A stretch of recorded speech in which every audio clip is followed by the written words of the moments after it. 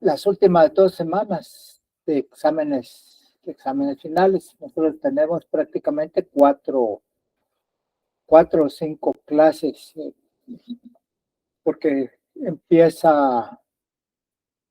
¿Qué fecha es la que empiezan los exámenes finales? Vamos a ver. El 20. Tenerlo en cuenta. Sí, 20 de noviembre, licenciado. Empiezan.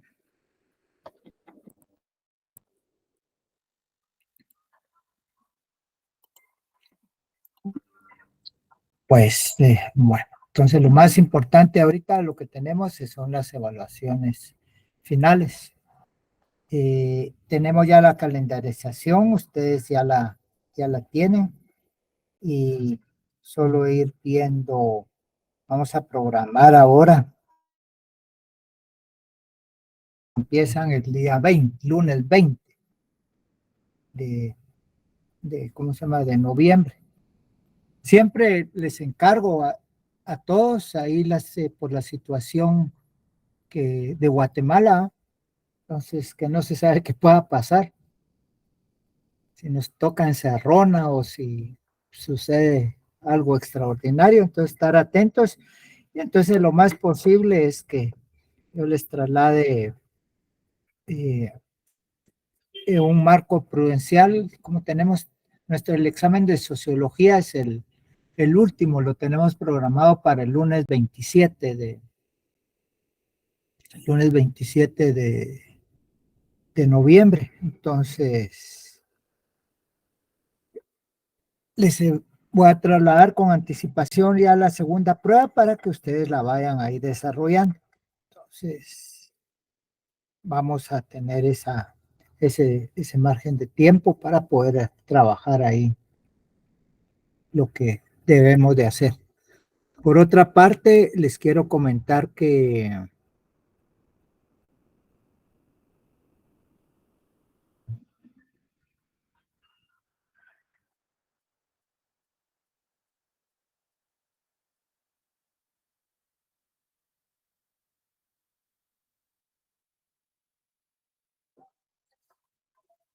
pero por otra parte, les quiero comentar que de parte de coordinación nos hicieron saber ahí que les solicitáramos ahí si hay alguno de ustedes que tiene algún problema con que no estén en el cuadro, pero yo por mi parte todos están ingresados, no ninguno hace falta en los cuadros oficiales, para que se aboquen ahí a coordinación y de esa manera poder solventar su problema. Parece que en otros cursos tuvieron algunos problemas de que hay alumnos que están como agregados y todavía no están, entonces ahorita es urgente que lo trabajen en esta semana.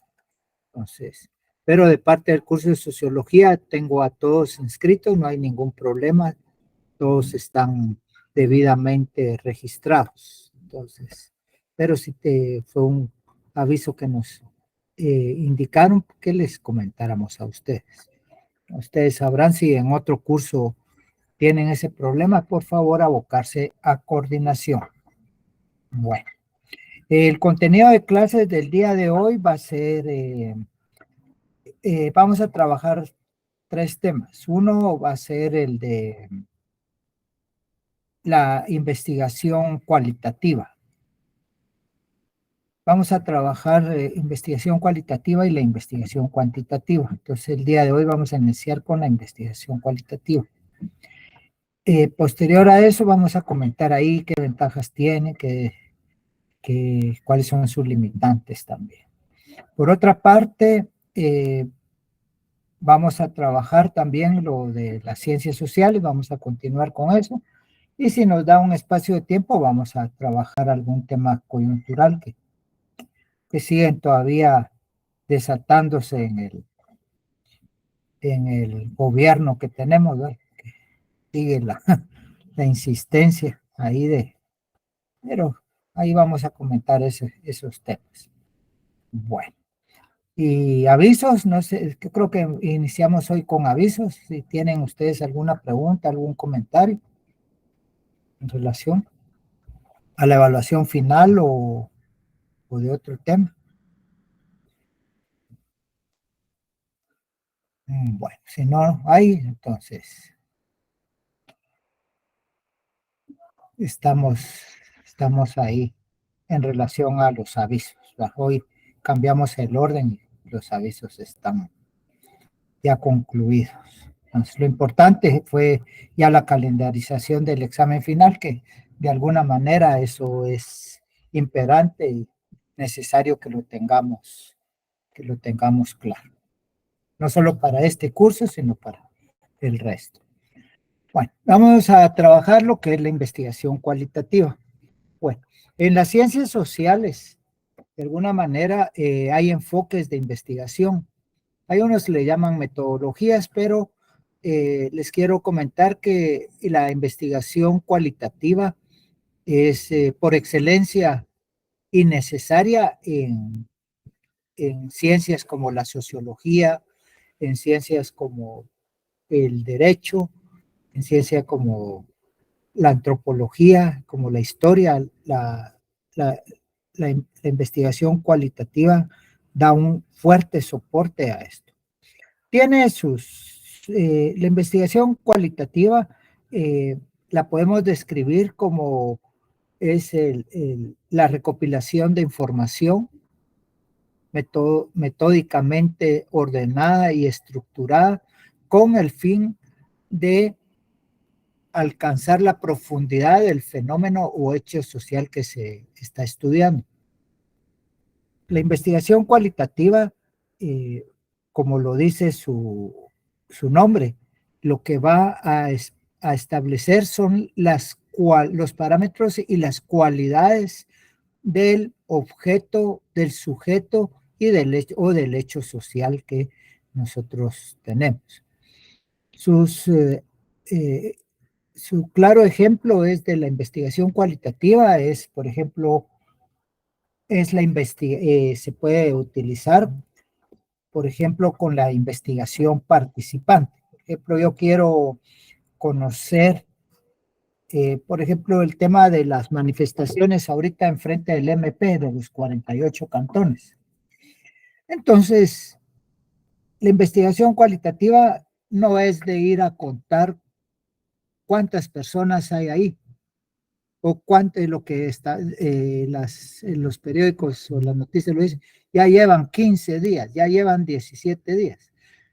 Son datos importantes, pero realmente una manifestación no surge a los 17 días, desde el momento en que comenzaron a tomar conciencia, ya las personas ya se había establecido. La investigación cualitativa permite una profundidad al fenómeno que estamos investigando. Viene a fortalecer aspectos de profundidad en el hecho social. Sin embargo, esto también tiene que tener limitantes, ¿verdad? Y el investigador tiene que tener claro qué es lo que nosotros vamos a trabajar del fenómeno o del hecho social que estamos involucrándonos, porque si no se nos puede ir de las manos. Pues, por ejemplo, este mismo ejemplo que hemos estado diciendo es de que comenzamos a participar, la investigación participativa tiene bastante del objeto de estudio, del enfoque metodológico que estamos tratando, a tal grado de que si vamos a estar ahí viendo todo el proceso de la organización de los elementos en los cuales está presente en alrededores del Ministerio Público, donde está nuestro campo de estudio. Entonces nos vamos a dar cuenta de alguna manera aspectos de qué pasa, ¿va? ¿Están las personas permanentemente en ese lugar o como ha sucedido en otras manifestaciones, en las cuales, por ejemplo, establecen, ahorita yo no sé si alguno de ustedes se dieron cuenta de esto, pero antes habían plantones, habían sindicatos, habían movimientos, y lo que hacían era irse a a poner en el Palacio Nacional, hasta se encadenaban o llevaban carpas, y la idea era permanecer ahí hasta que fueran escuchados o oídos o resueltas sus demandas. Y un par de veces que me di cuenta, ni le resolvieron ni nada, pero de las personas de los sindicatos se turnaban. Unos días llegaban unos, otros días llegaban los otros, y cuando miraban que iba a haber algo en especial, ¿va? Algún diálogo o algo, todos llegaban en ese momento. Entonces lo mismo es con la investigación, hay que estar permanentemente viendo todos estos elementos, qué es lo que comen, si hay niños ahí involucrados, si son familias completas, o solo son varones, o solo mujeres, o cuántos de hombres, cuántos de mujeres, ¿verdad? Pero no solo de número, ¿verdad? Sino también ver ahí la presencia, la actividad que realizan, ¿verdad? Si va a estar la mujer solamente acompañando al varón, al presidente de las parcialidades, porque es así como se le denomina. Yo cuando conocí al alcalde de los 48 cantones, era el presidente de las parcialidades de Totonicapán, que era precisamente las parcialidades, son el poder que tienen ellos es que son tierras comunales. Entonces cada parcialidad o cantón tiene su área en conjunto con los con todo el pueblo, y entonces ellos se organizan para el uso de esas tierras. Pueden ser astilleros, o sea, para la leña o para cortar árboles para fines de utilización de la madera, no solo para la leña. Entonces se organizan, tienen ciertos derechos, todos esos elementos, ¿no? Entonces las mujeres pueden venir y no solo acompañar, sino también trabajar, y lo vimos en estos momentos, donde las mujeres no solo estaban acompañando a los alcaldes, sino también estaban precisamente también dando discursos y haciendo valer su pensar y su forma de su conciencia en relación a la problemática que se está viviendo. Entonces, tanto detalle que se puede ir tomando mientras el otro tipo de investigación, que es la cualitativa, no lo toma en cuenta. Que puede ir sumando cuántas horas, cuántas personas, pero a profundidad, ¿va? Aún hay que ver los sacrificios y aún las observaciones que el investigador va anotando en diferentes situaciones, porque recordemos que estar ahí no es, ya llega un momento, el desgaste es profundo. Ya vieron que los muchachos de la universidad, cuando fue la toma de la universidad, que fue por más de casi un año, fue un asunto, un desgaste, y no solo eso, sino la misma seguridad de ellos, porque habían personas infiltradas que se metían por los barrancos y tuvieron que tener ahí custodia, ¿va? Llegaron, de suerte que llegaron eh, eh, personas afines que fueron a protegerlos, ¿va? Pero los muchachos ya llegaba un momento en que ya estaban desgastados de la situación, y eso que son jóvenes. Ahora imaginémonos a estos señores que se vinieron de, su, de sus comunidades a tener a enfrentar realmente un sistema que no es el de ellos, ¿va? Ahí sí que es claro, ¿va? Cómo es el enfrentamiento de dos sistemas de justicia, porque los 48 cantones mantienen ellos su propia organización de justicia, donde ellos organizados saben desde el alcalde auxiliar de todas las aldeas, saben cómo deben de administrar su justicia de una forma pronta, sin costo, hay, si hay algún problema, robo de gallinas, si hay problema en relación a conflictos de golpes, o si hay algún hurto, ellos resuelven prácticamente y en forma directa y pública y ágil la situación.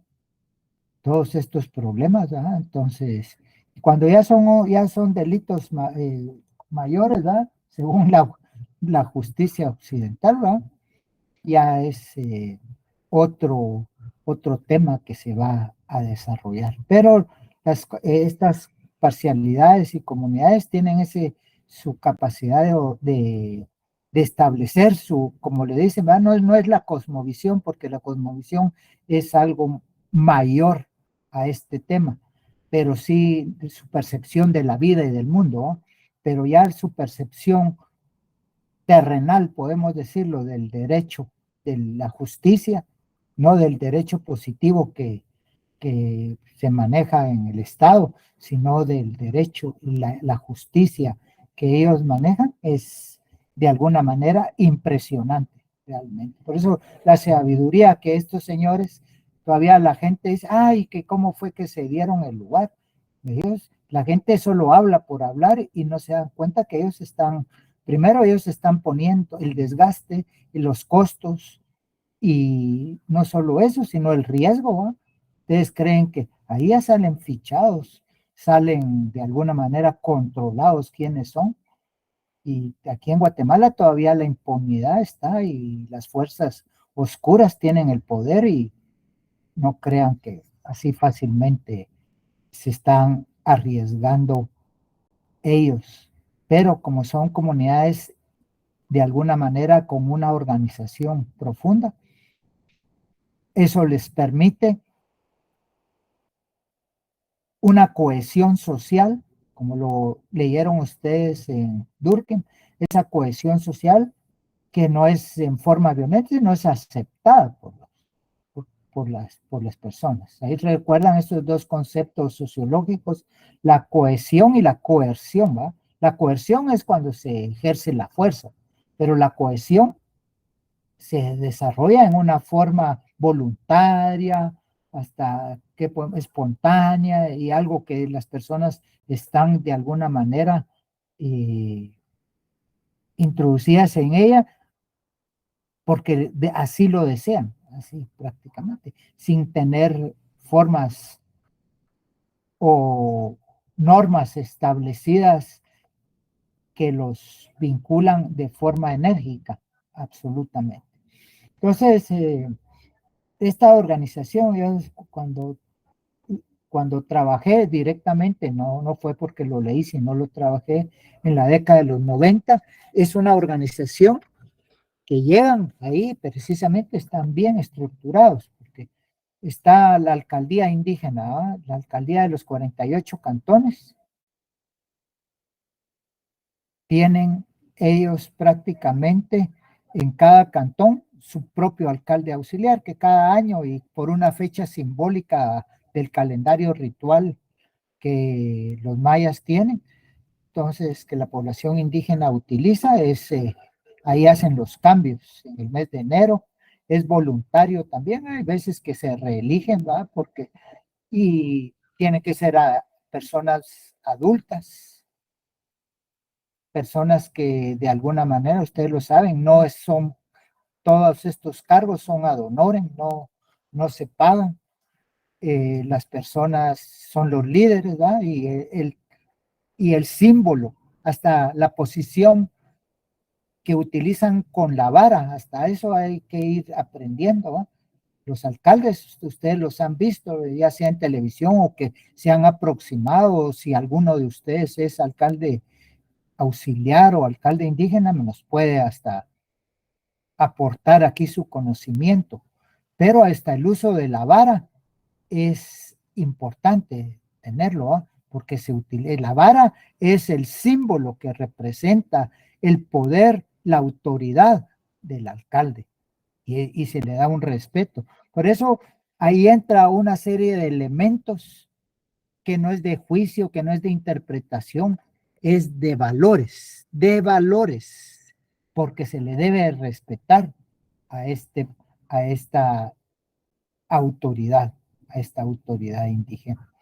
Entonces y aparte de eso, no solo están organizados en, por ejemplo, donde están los astilleros o las parcialidades, los terrenos, los terrenos comunales, tienen ellos tienen una estructura donde están los guardabosques, hay pregoneros, están los escueliches, está también los fontaneros, el encargado del cementerio, porque ahí en muchas de las aldeas hay cementerio, ¿no? Entonces tienen toda una red y todos estos, podríamos decir, los funcionarios de la comunidad también trabajan ad honorem. O sea que no es un trabajo pagado y ellos lo hacen con dignidad y es parte del servicio al pueblo, a su comunidad que desarrollan. Entonces, lo mismo. Entonces se vino a trasladar esa estructura con ese poder, ese grado de organización hacia a un mundo totalmente diferente. Por eso es algo muy importante de establecer, ¿verdad? Y a generar protestas a su manera, de su manera de pensar, de su manera de vivir, ¿verdad? Y les digo, es impresionante. Entonces, esos datos, esa información que acabamos de describir, eso no lo da el enfoque cuantitativo, lo da un enfoque cualitativo, de ver las cualidades. Y no solo eso, y encuentra uno infinidad, hasta ver el idioma, cómo es que se comunica, cuáles son las palabras claves. Uy, es totalmente profundo.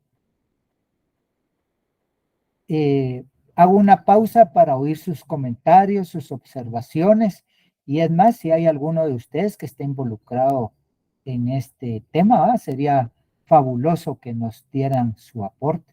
Hemos tenido alumnos de ahí, precisamente ahí de Totonicapán, y hasta nos hablaba de la forma de cuando se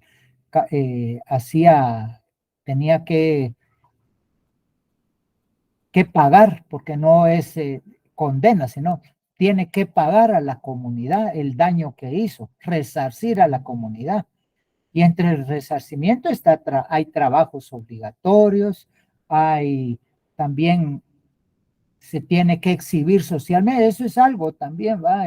Ahora resulta que en el derecho positivo, el que manejamos, no se les puede mostrar los rostros, hasta ni el nombre está ya ahorita establecido. En cambio ahí no, las personas a veces se tienen que hasta caminar, ir hincados, dando la vuelta, unas 2, 3 vueltas a la plaza. Ustedes han visto que hasta se les pega, ¿va? Entonces uno de los alumnos que tuvimos hace 15 años nos comenzó a hablar de todo este tema y era hasta de la vara de membrío. Dice que con lo que se les pega es con la vara de membrío. Entonces, hay también sus razones, ¿verdad? Su forma de ejercer la justicia, ¿verdad?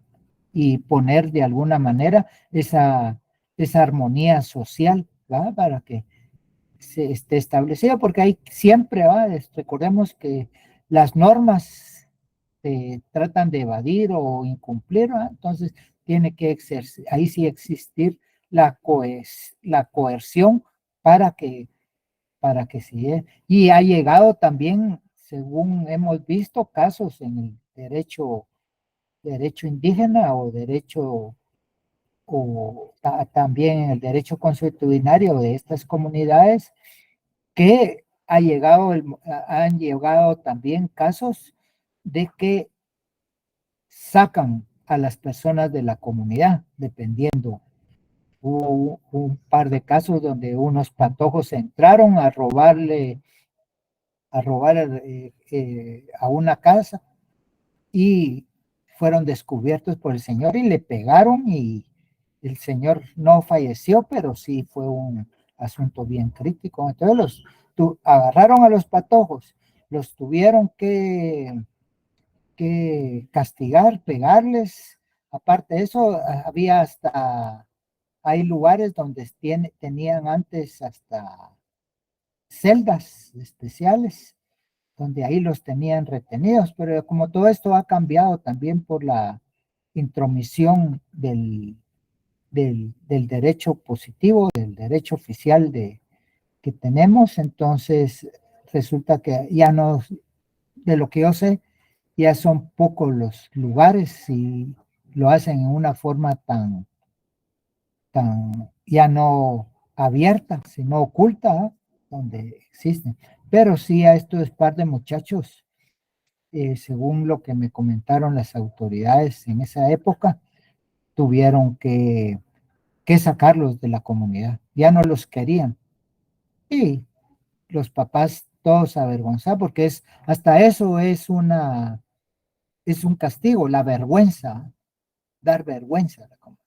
Entonces, lo mismo, miremos ahorita lo que están generando es prácticamente un prestigio, fortalecer realmente a instituciones indígenas que estaban localmente nada más, y estas ya se trasladaron a al mundo occidental, podemos decirlo, donde dan el ejemplo, no solo, no solo a Guatemala, sino al mundo. Es un ejemplo lo que ellos están dando. Personas que, les digo, a veces hay personas que son bien instruidas, que han educadas ya hasta a nivel universitario, pero hay también líderes ahí que son sabios sin necesidad de tener grandes estudios, ni siquiera haber terminado a veces el grado el nivel primario.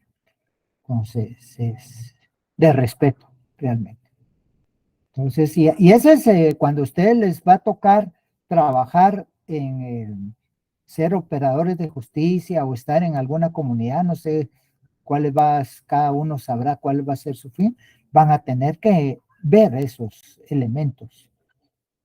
Entonces, por eso la investigación cualitativa es de profundidad y ver todos estos casos.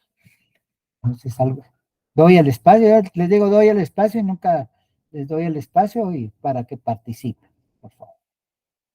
Si conocen también el caso de Sololá, es otro, la alcaldía indígena de Sololá es fuerte también. No digamos la de Quiché con el señor Zapeta, profundo, el alcalde indígena de ahí es de las fuerzas, pero no llegó como ahí la estructura social es diferente, es más cohesionada la de Totonicapán.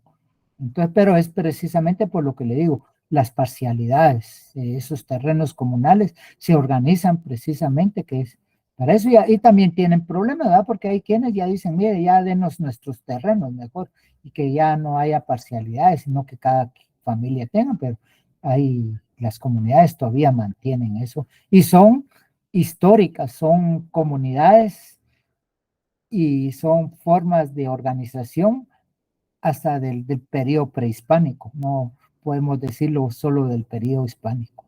Eso trasciende del año 1524 hacia antes. Comentarios, preguntas, aportes. Lick, con una consulta o pregunta en la noche. Adelante, amigo. Yo, esa parte de Nagualá y Santa Catarina, a veces no la he entendido muy bien cuál es el conflicto que hay entre esos pueblos, Lick. Entonces, y aprovechando que usted está tratando temas de eso de la investigación cualitativa, entonces, ¿qué dio origen a ese conflicto que hoy en día se sigue viendo? Sí, mire, de lo que sé, no soy especialista en ese tema, hay personas que sí han estudiado el tema de Nagualá y Santa María Ixtahuacán. Lo que sucede en primer lugar, es tema de tierras. Ahí sí que límites, porque recordemos que la mayor parte de tierras en el área rural no están totalmente establecidas. Entonces, con los límites territoriales que están enmarcados son prácticamente establecidos ¿cómo se llama? Por registros catastrales que se han dado. Sin embargo, y viene esto del derecho consuetudinario también, los mojones que se establecen en muchos de los terrenos son precisamente dados. Mira, nuestras cuerdas son de este árbol a la orilla de aquel río, ¿ah? Y si el río se corre, ya hay problema, ¿ah? Y entonces los límites municipales entre los dos municipios es uno de los grandes, ¿verdad? Porque en un periodo se decía que era de cierta comunidad y en otro periodo se decía que era de la otra, entonces es muy fuerte. Otro de los temas, dicen ¿verdad? Que es el tema ese es el principal y ese es el más fuerte de todos, son los límites. Y recordemos que el territorial también entra un elemento prioritario. Y ustedes no me dejan mentir que son las fuentes hídricas, las fuentes de agua, porque hay terrenos que tienen ojos de agua, o sea, nacimientos de agua, y esos terrenos son muy valiosos para una comunidad, muy valiosos. Entonces, es importante considerar este elemento. De ahí viene problemas de rivalidades de familias, ¿verdad? Hay bastante problema de rivalidades de familia, de negocios, de poder ahí. Entonces, recordemos que a pesar de que, y son problemas históricos en la conquista precisamente, hoy creo que les envié no es, para mí no es meme el que se les compartió, donde está la conquista vista no sé si se los compartí, si me pueden indicar, si no ahorita se los traslado. La conquista vista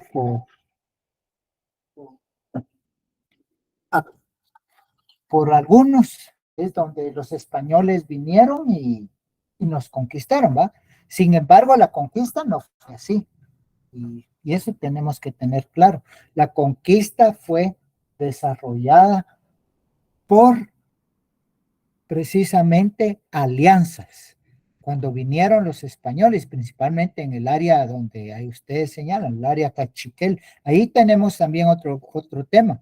Ahí es una división prácticamente, aunque las comunidades son cachiqueles, también hay familias del área quiché en el área. Entonces es un tema cultural, es un tema de poder, es un tema de tierras, es un tema de recurso hídrico, es un tema también económico, de rutas ahí, de caminos, porque los caminos no solo son las carreteras, sino también hay espacios ahí. Recordemos también que las tierras, no, desde la cosmovisión y también desde la visión de estos pueblos, hay espacios sagrados, y más Nahualá, si ahí hay un lugar denominado como el inframundo, en el área, ya casi llegando a Argueta, hay un lugar que se llama, ahorita no me recuerdo el nombre, pero sí es conocido como la entrada al inframundo. Entonces tenemos precisamente espacios sagrados, ¿verdad? Donde entra también otro elemento. Y otro de los puntos decisivos que hay es, unos señalan que es el tema de la droga, ¿va? Entonces, hasta ahí yo no les puedo decir si es así o si es solamente un elemento que que se ha establecido, pero los anteriores puntos son claves. Y no es un problema actual, esto ya igual como los de allá de Huehuetenango y San Marcos, donde se matan ahí, sí, igual que aquí, ¿va? Y entonces ha entrado mucho el tema este de control, ¿va? De territorios, porque son territorios los que se trabajan ahí. Entonces vamos a tener todos estos elementos. Y la parte histórica que estábamos hablando, en la cual, permítame un segundito. Bien, se los envié. Ahí está el hecho histórico, pues, donde realmente la conquista o la invasión española, ¿va? No vino sola, ¿va? Fue por alianzas y todo, y esa alianza fue la que encontró Pedro de Alvarado cuando vino a Guatemala, y no solo él, sino Hernán Cortés en México. Las comunidades, los pueblos estaban en constante guerra, ¿va? Los quichés y cachiqueles estaban en pie de guerra cuando vino. Entonces, por eso fue que, aprovechando eso, vino Pedro de Alvarado y se alió con los cachiqueles, no sabiendo los cachiqueles que después los iban a someter, ¿eh? Y es más, la mayor parte del ejército español, cuando vino a conquistar aquí, no venían los españoles solos, sino venían con el conocimiento de los pueblos mexicanos. Es más, la mayor parte de nombres de las comunidades, de las topomimias de Guatemala, son de origen mexicano. Hasta el nombre de Guatemala es de origen mexicano, para que nos demos cuenta. Quetzaltenango es un nombre náhuatl, porque el nombre en quiché es Xelajú, ¿verdad? Por eso se le llama Xelajú, Xelajú Noc, prácticamente. Entonces vamos a tener esa situación de conflictividad, de problemas que podemos decir con la palabra ahora que está con fortaleza ancestral, ¿va? Problemas históricos de división de las comunidades, porque son así se le denomina, son parcialidades, son familias, son clanes, entonces que andan disputándose históricamente estos territorios. Entonces, viene, y eso, como les digo, la investigación cuantitativa no les permitiría a ustedes abordar este tipo de problemas. Hay que acercarse a la comunidad, conocer todos estos límites, ver la parte religiosa, ver la parte de los recursos que hay ahí, si es por la fertilidad de la tierra, si es por el tema del agua, si es, qué sé yo. Entonces, el problema, y lo peor es que sí, como ya se tienen, ya no es con arcos, ¿verdad? Ya no es con pelea física, sino ya es de puños, ¿verdad? Sino ya es con armamento, ya se establece, ¿así? Y ninguna de las autoridades, como no están involucradas de alguna manera, hasta llegó el presidente, su presidente Yamatei, ahí a felicitar al alcalde que ya se había hecho una mesa de negociación. Y como los alcaldes políticamente no, que son electos ahí, no están, no se involucran de alguna manera. Ahí habría que tomar el verdadero poder local para poder negociar, no precisamente con las autoridades ladinizadas, podemos decir, ¿va? Que el alcalde municipal, esto no, de alguna manera no mandan. Por ejemplo, en Joyabaj me di cuenta, ¿va? Ahí la alcaldía indígena es fuerte, una fortaleza que de alguna manera tiene hasta, ahí tienen al alcalde indígena y tienen al alcalde ladino, al municipal que eligen cada 4 años, pero el poder realmente que se tiene es el alcalde indígena. Entonces es ahí donde se tiene que ir trabajando para eso, pero es un involucramiento total, ¿va? No es un trabajo de de llevar acuerdos ni nada de eso, sino primero reconocer todos estos elementos propios de las dos comunidades, tanto a nivel histórico como a nivel económico, territorial, para poder de alguna manera dar un diagnóstico claro y preciso y de esta manera poder llegar a acuerdos, ¿va? Para que, pero si el tema es territorial, ¿va? Porque se han cedido tierras, ¿va? Y no se han, a pesar de que se han comprado también y no se resuelve el problema. Entonces, puede ser que no sea el de la tierra, puede ser solo una excusa, que puede ser esa rivalidad histórica que se tiene en las comunidades, ¿no?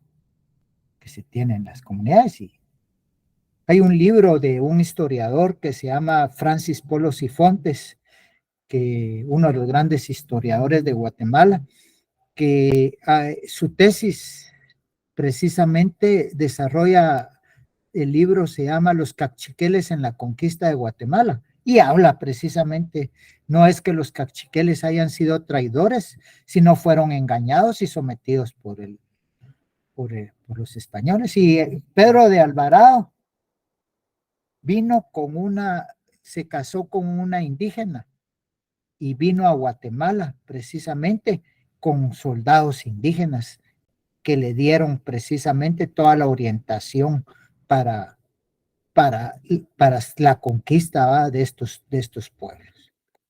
No sé si logré de alguna manera aclarar en algo, Wilfido, o confundí el tema, ¿va? Pero, y es más, hago también participativo si hay alguien que es originario de allá o ha trabajado este tema, pero sí es sobre lo que les comenté, fue ese el entendimiento que tengo.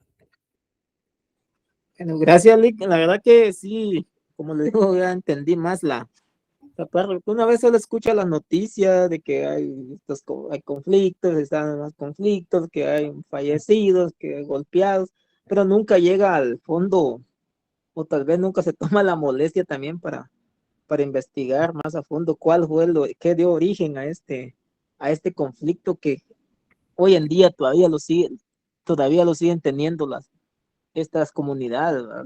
Pero muchas gracias, ahí le agradezco mucho por ¿Sí? aclarar parte de estas dudas. No, no es solo un tema. Si fuera solo un tema ya se hubiera resuelto. Entra todas estas aristas, como le digo yo, históricas, territoriales, de poder, ¿va? Ahí, conflictividad dentro de las propias comunidades. Es algo así como ustedes miran, ¿va? De los judíos y los palestinos, ¿va? Históricamente vivieron, son hermanos, son lo que los separa de la religión, pero una situación tan frenética que ya vieron que cientos de miles de misiles se tiran constantemente, ¿ah? Entonces, y, y eso pues, es lo que, no digamos, este enfrentamiento que tienen estas dos comunidades hermanas, ¿verdad? Pero de alguna manera hay problemas que habría que identificar históricamente, ¿verdad? Cosa que la Universidad de San Carlos es la que se debería de haber puesto ya de alguna manera a trabajar. Hay tesis, yo vi un par de tesis sobre este tema de la escuela, una de la escuela de historia, una creo que de la escuela de ciencia política también tienen otra, y también de la Facultad de Derecho, pero son nada más tesis, pero grado de investigación profunda. Por eso les digo, la investigación es una parte fundamental en la carrera de cualquier docente, en la universidad. Lo importante, aparte de la docencia, y del mismo peso y del mismo calibre, le digo yo, hablando ahorita de calibre de aquel patojo que metieron preso por pegarle cobardemente a su mujer, ¿va? Y no solo a su mujer, sino al niño. Pues resulta que la investigación es necesario darle el mismo peso y tal vez hasta más valor que a la docencia. Porque si no hay investigación, no hay docencia. Un profesor que no ha ido a los tribunales, que no ha tenido acercamiento a las problemáticas y todo eso, todo es teoría, pues muy bueno, pero no tiene capacidad de poder, ¿cómo se llama?, compartir estos conocimientos, porque no es de enseñar, es de compartir los conocimientos. Hay que tener un trabajo de investigación, de conocimiento profundo, ¿ah? Y no solo lo que la teoría eh, le da. ¿Ah? Puede ser muy docto en libros y todo eso, pero también la investigación es clave, es importante. Entonces, sí se necesita que la universidad y ustedes que están y esperando y motivándolos ahí, ¿ah? Que de repente hasta su punto de tesis sea esto, ¿ah? De trabajo, y no solo eso, sino generar una institución precisamente de conflictividad de este tipo, ¿ah? Porque no solo ahí en Sololá está el problema, hay comunidades del oriente, ¿ah? Pero cada quien también con su idiosincrasia, con su forma de percibir el mundo y la vida, y territorialmente y étnicamente también, tienen problemas profundos. Ustedes han visto en el caso del Oriente, ¿ah? Que por el tema de terrenos se matan familias, ¿ah? Y aparecen 8, 10 familias, perdón, personas de la misma familia asesinadas porque el otro lado de la familia quería los terrenos que supuestamente les pertenecían, ¿va? Entonces, y no digamos en el área de Huehuetenango y San Marcos, donde ahí sí el tema de drogas está bien arraigado y profundo. Recordemos que, y más en los terrenos, ¿verdad? Tengo un conocido que tiene un terreno que da al límite entre San Marcos y México.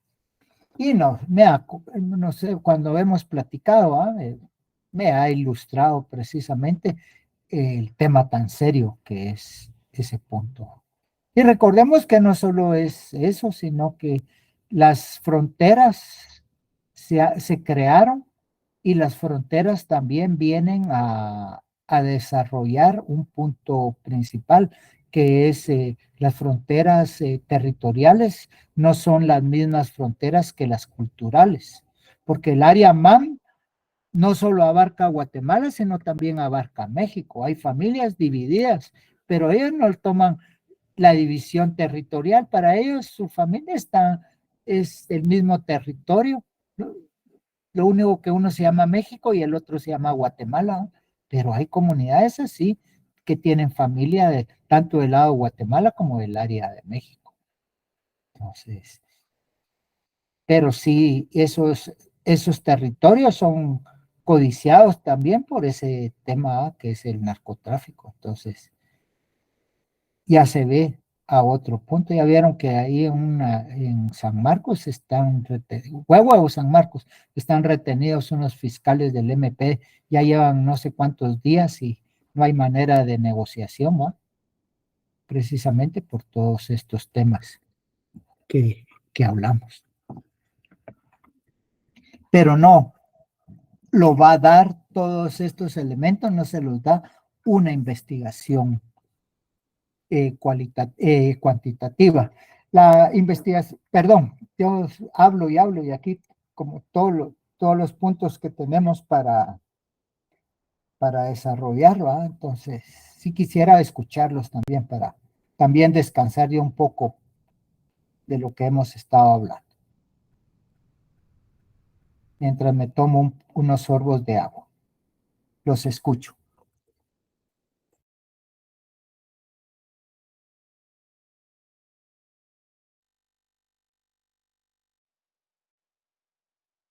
No vayan a hacer todos porque si no, no va a alcanzar ahí la capacidad de este medio. Buenas noches, licenciado. ¿Cómo está? Un gusto saludarle.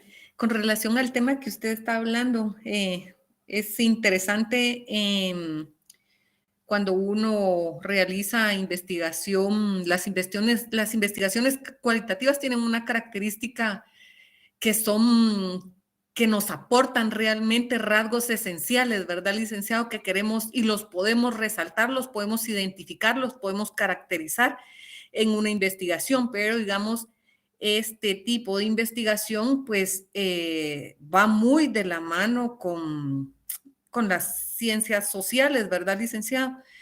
Pues van muy de la mano con los estudios de campo, como usted comentaba hace un momentito, si pues quiero indagar cuáles son las formas de actuar o qué tipos de personas participan en determinadas manifestaciones, busco los rasgos esenciales, como usted decía, identifico si son solo mujeres, si son solo niños, si existen núcleos familiares, determino personas de cierta edad también, ¿verdad, licenciado? Es interesante, digamos, y pues se puede profundizar, pero nos deja en algún momento, cuando se describe, es necesario también tocar aspectos cuantitativos, que seguramente usted posteriormente entrará a eso, pero digamos en cuanto a describir, pues le da mucha capacidad a aquella persona que tenga el interés de investigar, de realizar una investigación de campo, ya sea con un grupo focalizado en determinada comunidad, pues ese método cualitativo es un método que enriquece, ¿verdad? Y yo a manera de aporte de lo que estaban hablando hace un momentito en cuanto a los territorios, va muy de la mano con la geopolítica de la cual usted hablaba ayer, ¿verdad, licenciado? Que es esa ciencia que estudia la vida y la historia de los pueblos y sus relaciones con su territorio y la geografía en sí, ¿verdad? Y que, digamos, hay factores esenciales que inciden, como son esos aspectos económicos, sociales y raciales que los caracterizan. Acá también se puede utilizar esa investigación cualitativa, ¿verdad, Lic? Gracias, Lic.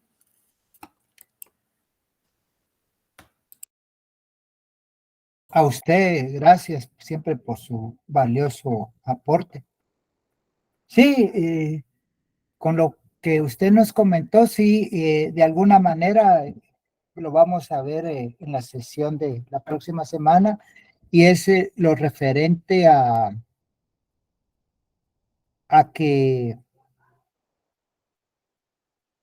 hay dos puntos esenciales, y es que no podemos de alguna manera decir que la investigación cualitativa es lo mejor, sino también tiene que ir de la mano o utilizar cierto, tal vez el peso puede ser más a nivel cualitativo que cuantitativo, pero sí siempre una investigación tiene que tener los dos enfoques. No podemos disociarlo, ¿verdad? Lo importante es que desde el principio tengamos el enfoque que tenemos que tener establecido. Y otra cosa es que la investigación cualitativa lo que nos puede hacer, una de las limitantes que tiene es que arroja tantos elementos, aporta todas estas situaciones de poder recopilar tanta que nos podemos perder. Y es uno de los grandes elementos, ¿va? Primero, la investigación cualitativa lleva más tiempo. No es igual de venir y contar cuántas personas hay, a venir y ir a hablar, mire, qué fue lo que le pasó y por qué está aquí y cuánto ha gastado, qué es lo que dejó. Hay elementos más profundos, ¿va? El tiempo, el costo que tiene también es bastante elevado, que no se puede tener de alguna vez más con las limitaciones económicas que se tienen en la investigación, y sobre todo el tiempo, porque a veces se necesita dar la información en forma ágil, en forma pronta, ¿va? No les voy a decir que rápido, pero sí en una forma pronta para que nos sirva esa información para trabajarla. Entonces, tenemos nosotros que trabajar con, de alguna manera, indicadores bien claros sobre lo que vamos a tener que investigar. No sé si es de edad, si es del grupo étnico, si es, y a veces no solo es un indicador, sino esas variables en las cuales se va a sostener nuestra investigación, las tenemos que definir y he tenido que utilizar con el problema de un trabajo que hicimos con el Alto Comisionado de Derechos Humanos, precisamente sobre el acceso a la justicia, y ahí fue donde conocimos este lugar que les comenté, Joyabaj.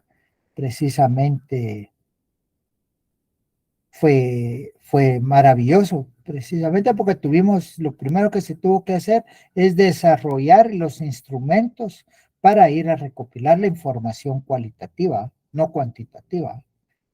Y había que ir a los juzgados, había que ir a las comunidades con los líderes y ver todo ese tipo de, de situaciones que se daban, ¿verdad? Y cómo se ejerce. El tema era el acceso a la justicia. El acceso a la justicia, ¿verdad? Porque hay comunidad. Ahorita ya tenemos MP en cualquier lugar, tenemos policía, pero aún así es limitante. Y aparte de eso, hay lugares donde no se deja entrar precisamente al sistema positivo, ¿va? Entonces, ¿por qué motivo? Porque ellos saben cómo se organizan y cómo también pueden resolver sus propios problemas, ¿va? En el caso así de ellos, de estas comunidades donde los conflictos ya llegan a centenares de muertes, ¿verdad? Que ya no estamos hablando de 5 o 10 muertes, con uno que hay, entonces ya a ese nivel es mayor el tema, es el problema. Pero sí, la investigación cualitativa es, permítanme. La investigación cualitativa tiene que ir también a la mano de la investigación cuantitativa, y solo es de que el investigador desde un momento ve los referentes en los cuales se va a desarrollar y el peso que le va a dar a un enfoque u a otro. Otro de los aspectos que hay es que hay técnicas especiales para recopilar información cualitativa. No sé si alguno de ustedes ha participado en lo que se denomina focus group o grupos focales. Los grupos focales es una herramienta actualmente que se utiliza bastante para recopilar la información cualitativa y tiene su propia forma de desarrollarse, ¿verdad? El experto, el que coordina el grupo focal, lo tiene que hacer, ¿verdad? Considerando la homogeneidad del grupo, las preguntas clave con las cuales se va a desarrollar, saber que las personas que se van a llamar tienen que tener pleno conocimiento del tema que se está trabajando. Por ejemplo, si estábamos ahí, tiene que ser, vamos a hablar sobre los 48 cantones que están ahí en el Ministerio Público, entonces vamos a hablar con los alcaldes, ¿va? Vamos a tener una sesión con los alcaldes, 5 alcaldes, 6 alcaldes. Otro tema que no se les puede, no trabajar una mañana. Para hacer un grupo focal, lo recomendable son 3 horas de trabajo y que sea ameno y que la persona que lidera ahí, que sea el moderador, que tenga también capacidad, empatía y que tenga su asistente ahí en la recopilación de información, ¿va? No tener a muchas personas involucradas. Para mí, en la experiencia que tengo, un grupo focal no tiene que ser con más de 8 personas participantes, porque si no, ya se pierde mucha de la información, y tienen que ser personas con alto conocimiento de los temas que se han hablado. Se las recomiendo. Los grupos focales es una técnica y una herramienta formidable para la investigación cualitativa. Y hay otras también, por ejemplo, las historias de vida. Nos ha tocado también desarrollar las historias de vida, que cuando el problema de las historias de vida es que cuando ustedes se encuentran, primero hay que identificar al informante clave, quién va a dar la información, ¿verdad?, sobre determinado tema. Entonces ya cuando uno tiene esa persona, pero una persona a veces tiene conocimiento, pero no lo puede transmitir. Por ejemplo, hay personas de ancianos, 80, 85, con ella voy a ir, pero su capacidad de memoria a veces ya más con el mal del alemán, ¿verdad?, que se nos olvida muchas cosas, ya no pueden, mientras puede ser que su hijo tenga, porque a él le contó a su hijo, o su hijo vivió con él varias cosas, entonces ya puede el hijo poder, poder hablar de alguna manera con la persona, con el informante clave sobre la historia de vida, ¿no? Entonces, es también, pero, y otro de los limitantes que tiene estas historias de vida, que a veces se tiene que tener claro y orientar, no ser brusco, ¿ah?, porque a veces no se puede ser de esa manera brusco, pero sí orientar al informante sobre los temas que se quiere recopilar. Y me ha tocado, ¿ah?, y a veces recordemos que las personas no están con el tiempo. Ustedes pueden llegar hasta estar un mes con la persona ahí, porque hay momentos adecuados para poder recopilar la información. Y no solo eso, sino me ha tocado que a veces ganarse la confianza de la persona, solo en ganarse la confianza de la persona, a veces uno se lleva una semana, pues, o más. Entonces, que tenía que recopilar esa información porque era precisamente en el tema de acceso a la justicia que estábamos tratando un tema sobre un parricidio que se había dado, ¿eh? Entonces necesitamos cómo se había dado, pero esta persona había sido el alcalde auxiliar que había trabajado todo este caso, ¿eh? Y no me, y tenía buena información y no nos quería dar la debida información, y entonces ahí les puedo decir tristemente, como me sucedió en otra comunidad, en la alcaldía de ahí de Coyabá, que por más que llegaba, no, la idea es no comprar la información, también, mire, le voy a pagar el día, eso es lo peor que puede hacer un investigador, ¿va? Lo que se puede hacer es pagarle el día, ¿va? Mírele, cuánto, si me da la información, yo, si me puede atender la cita, usted cuánto es que va a ganar en su jornal de trabajo, ¿va? Porque muchos son campesinos, ¿va? Entonces van a decir, bueno, yo gano 50, 100 quetzales, ¿va? Entonces, bueno, le voy a dar 100 quetzales más, le llevan ustedes unos víveres para la semana o para el día, ¿va? Entonces, uno se siente también, no que está comprando la información, pero sí está viendo y éticamente que la persona tenía que trabajar, ¿va? Entonces, y a veces que les comienzan a contar otras historias y ustedes no los pueden cortar, ¿va? Comienzan a hablar de sus abuelitos o de los baños o de la feria, ¿va? Y ustedes no están enfocados en ese tema, pero tienen que darles ese espacio para que les cuenten y ahí delimitar la parte del tema central en los cuales se establece. Una técnica formidable, de lo mejor, pero hay que tener paciencia, conocimiento y llevar guías bien establecidas de lo que se quiere recopilar. Otra cosa es que hay herramientas, ¿verdad? Cómo ustedes van a recopilar la información, porque se cohíbe las personas. Si van a llevar una cámara, mire, ¿será que podemos filmarlo? O qué sé yo, ¿eh? Hasta eso hay que tener autorización. Ustedes tienen que venir y nos va a autorizar y mejor si por medio escrito ahí que se firme, ¿va? Que autorizan esa información, hasta una fotografía ustedes no se la pueden tomar al informante si él no ha dado su visto bueno para ello, no digamos la información, ¿va? Entonces siempre es bueno que tener todas esas autorizaciones, ¿va? Y firmadas para poderlas publicar en algún momento. Y otras veces que es tan delicado que también no se puede, así como lo hablamos cuando estábamos trabajando las entrevistas, ¿verdad? Que a veces tiene que parecer anónimo porque puede ser tan delicado que puede estar en juego la vida de la persona del informante, ¿verdad?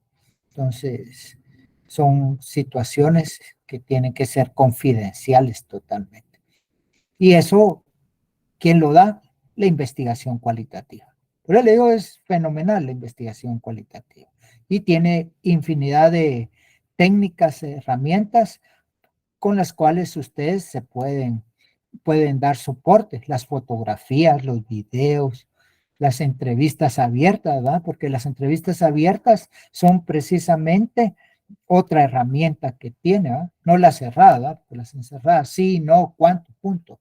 No, las entrevistas abiertas y qué opina y todo esta serie de interrogantes donde la persona da toda su visión, su aporte. Y aún es más, la investigación cualitativa también tiene que dar la visión del investigador, ¿va? Del momento, qué opina y ciertas situaciones, ¿va?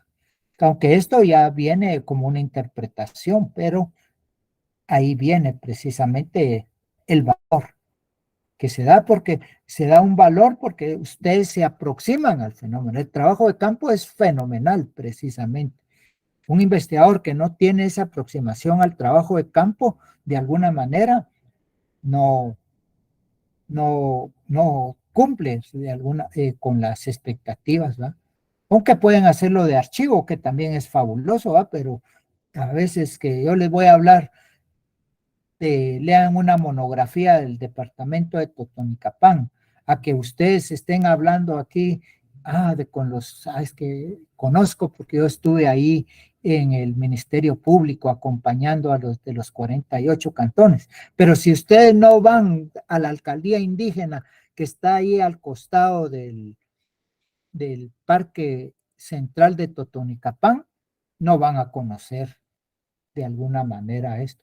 Y yo tengo mi recuerdo, me lo dieron los alcaldes de ahí de Totonicapán hace como 15 años. Yo, como los espacios reducidos, ¿verdad? Y aquí en la casa no les gustó ese mi recuerdo, que es precisamente una vara de poder que tienen ellos. Entonces, ahora con todo orgullo la voy a sacar y la voy a tener como punto de interés y como lo más preciado que tengo de mis recuerdos como investigador, porque fue algo muy grato cuando me lo dieron, y le tenía alto valor, pero aquí en la casa no. Ahora ya se dieron cuenta que eso es realmente un valor simbólico político actual que lo van a hablar hasta mis nietos y bisnietos por muchos años, porque sí tiene. Entonces, es donde podemos decir que todo lo que el valor que la investigación cualitativa nos puede dar con cada uno, pero sí el investigador tiene que tener cuidado sobre esto.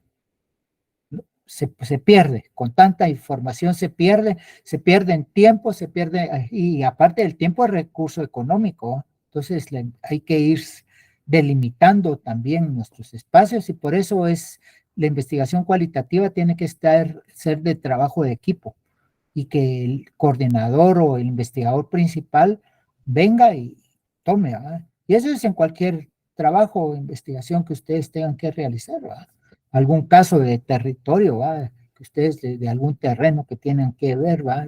Tienen que ir directamente a ver dónde está y cómo hacerlo, ¿va?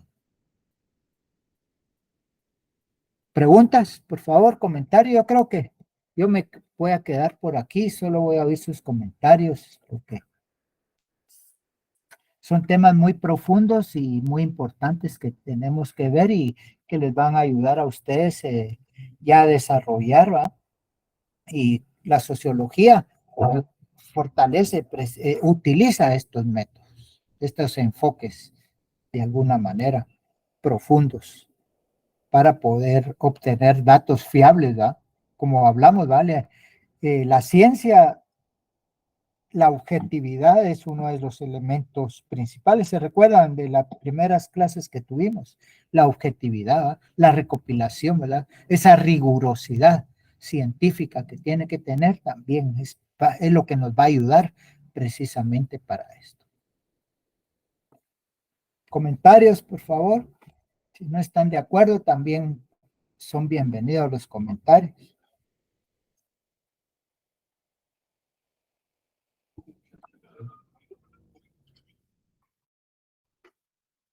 ¿Qué dice don Josué Otoniel Catú? ¿Qué nos puede comentar? Sí, buenas noches, licenciado. Ahí estuve escuchando su exposición. Pues bastante interesante el tema ahí todo el tema, podemos decirlo, ancestral o histórico. Muy cierto, pues ahora se va viendo el tema de que ha sido más latente en estos momentos de manifestación de los cantones, cuál es su presencia dentro de la ciudadanía, cuál es el peso también que hemos visto, o bueno, yo he visto en las noticias que han llegado al Congreso y a platicar o a dialogar, a llegar a algún tipo de consenso, pero muchas veces pues, no se le toma en cuenta, como bien dice usted. Tienen poder en ciertas áreas, pero no en la mayoría. O bueno, pues siempre hay una discriminación al final. Es lo que le pudiera comentarle, licenciado, pero sí está bastante interesante el tema. Bueno, me parece. Gracias, José, por su aporte. ¿Sí? Vamos a ver a Lucrecia Cetino, a ver si nos puede dar su opinión acerca de la investigación cualitativa.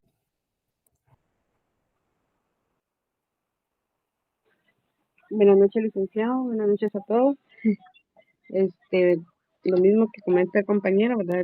Todo lo que usted nos ha platicado de la exposición que usted nos ha dado, pues sí, interesante, ¿verdad? Son cosas que también a veces no lo sabemos y pues nos pone también como al día de saber lo que ha pasado lo que ha pasado y lo que sigue pasando en Guatemala, ¿verdad? Entonces nos da esa como información, pues todo ese conocimiento, ¿verdad? Que tal vez a veces no lo sabemos y pues me gustó bastante la exposición, licenciado. Qué bien, me parece, sí. Ahí don Óscar Acabal, quisiera, estará don Óscar ahí, o ya se fue a cenar, ya casi nos toca. Buenas noches, licenciado. ¿Qué tal está don Óscar? Usted es familiar del gran poeta. No exactamente, más bien mi familia es del lugar donde él nació, que es Momostenango, Totonicapán, ¿Sí? pero no tenemos ningún parentesco, Bueno. ningún tipo de no somos familiares en sí. A usted diga que sí, porque ese le da brillo a su nombre también, porque el gran Sí, poeta, sí, usted. correcto, pero él es Acabal, mientras nosotros somos Acabal.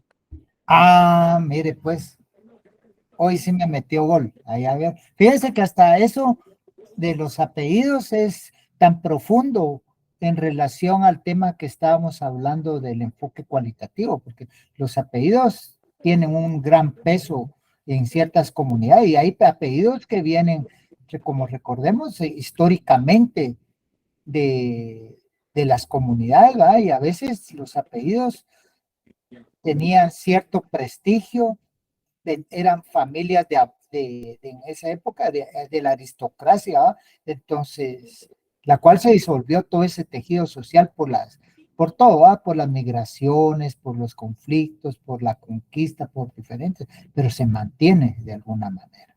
Excelente. Correcto. Sí, incluso es el apellido de Humberto Aval está relacionado más al calendario maya. Incluso se está representado ahí. Excelente. Mire, pues, hoy sí nos dejó con la boca abierta, mire, estimado Oscar. Eh, Muy certero eso. Sí, por eso es la importancia porque de un curso como este de sociología, porque la idea es contextualizarnos en Guatemala, no solo es la capital, no solo es cuando nos introducimos en partes así de las comunidades rurales, principalmente donde la mayor parte de población es maya, nos vamos a dar cuenta de todos esos elementos, a lo que usted mencionó, el calendario maya es tan profundo, ¿ah? Y muchas de las actividades, ahorita la actividad que tenemos nosotros la otra semana, no es solo de comer fiambre, eso es una parte que se ha tomado como de moda en los últimos años, pero ir a los cementerios, ir a ver ese culto a los ancestros, ¿va? Es, es profundo, ¿sí? Y solo lo da la investigación. Es correcto. Incluso, por lo menos gracias a Dios, he tenido la oportunidad de estar estudiando esta carrera dentro de esta facultad. Y he tenido la oportunidad de saber un poco más de la historia, no solo desde el conflicto armado, ni tampoco desde la revolución, sino que también cuestiones importantes en cuanto a qué tipo de personas se desenvolvían en la cultura maya, cómo se desenvolvían tanto mayas, dentro de ellos existían cachiqueles, quichés, pocomam, y que dentro de ellos, de ese tipo de grupo de personas, existía rivalidades. Y vamos de la mano de que como el conquistador español no podía, como digámoslo así, someter a ese grupo, no sé si es quiché o cachiquel, utilizó esa parte donde dice divide y vencerás. Y no solo eso, sino que utilizar también esa parte donde dice de que el enemigo el enemigo de mi enemigo es mi amigo. Entonces, es importante saber desde dónde surge ese origen de los cachiqueles, quiché y todo lo que es la cultura guatemalteca, porque sí es importante, bastante. Y no solo eso, sino que también se adentra mucho a esto de los 48 cantones. Sí, se le escucha. Sí. Ujú. Sí, realmente es. Pero les digo, y si nosotros solo lo oímos y lo vemos, no, no tiene esa profundidad, ¿verdad? Ese significado. Porque les comento algo que habló don Oscar, es algo muy valioso e importante. A veces ciertas actividades no se pueden realizar en ciertos días si no se tiene precisamente esa consulta con el calendario. O sea, hay días propicios y días no propicios para hacerlas. Entonces, pero eso no lo sabe uno, ¿ah? Llega uno y querer poner las normas desde que llega a imponer, ahí sí que a imponer, lo bajan del pedestal, donde uno, por mucho toro, el licenciado viene aquí, pero si ustedes no se toman en consideración estos elementos sociales, ¿verdad? Culturales más que todo, espirituales, se pierde. Llevamos perdido. Pues qué bueno haber hablado con usted, don Oscar, fue un maravilloso lo que nos comentó, igual que don Josué. Es un gusto.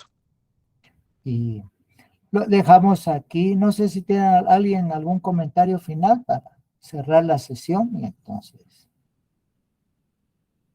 seguimos. No les digo que mañana porque mañana hay descanso. Hay que ir al mercado y ir a comprar las flores para ir al cementerio. Entonces, que pasen buena noche y a todos les deseo un buen fin de semana. Muchas gracias, licenciado, igualmente para usted. Gracias, Lick. Buenas Feliz noches. noche, licenciado. Feliz noche. Gracias, licenciado. Feliz fin de semana. Feliz noche, licenciado. Buenas noches.